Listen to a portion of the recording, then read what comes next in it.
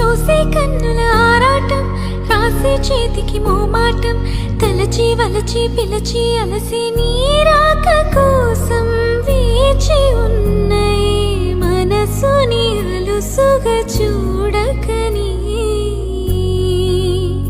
అంటూ మా పెరటి జాం చెట్టు పళ్ళన్ని కుశలం అడిగే మా తోట చిలకమ్మ నీ కోసం ఎదురే చూసే.